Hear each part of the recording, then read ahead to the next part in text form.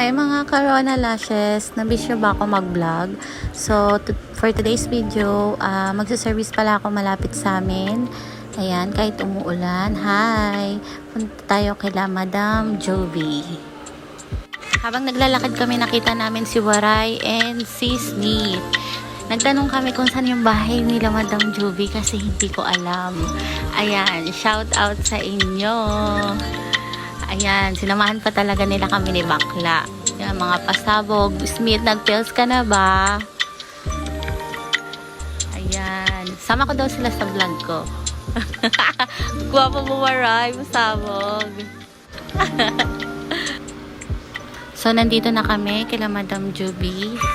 Ayan, sinimulan ko na mag-eyelash. Ang ganda ng balaisong nila. Second time na pala naka-eyelash siya kay Madam Jovi ngayon. Nung una hindi kami nakapag-picture. So, ayan, singit ko pala yung picture namin. Thank you, Madam Jovi. Pauwi na kami ni Bakla niya. Maulan-ulan pa. Then, dumaan kami sa may milk teahan. Nag-request si Aswangers. Bili daw kami ng milk tea. 39 pesos. Ayan. Strawberry and chocolate. Pag-uwi sa bahay, nag-request ulit siya magpansit canton daw kami kasi nagugutom na siya. Handa muna kami ng pansit canton.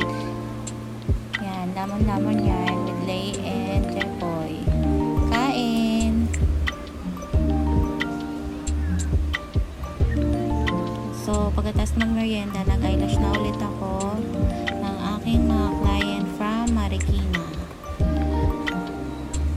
Yan, si ER from Marikina yan. And then, ito naman si Audrey from Marikina din yan. Thank you sa pagdayo. And, sumunod na batch, si Kate. And, si Ekay. Yan, si Mikay. Sayaw-sayaw, mini-miss you, pasabog yan. Kulit yan si Bakla.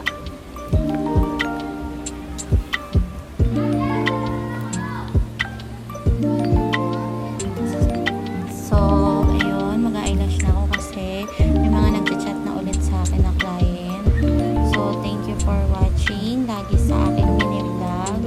Ngayon lang ulit ako nakapag-vlog. Goodbye na. Subscribe Corona Lashes page. Thank you.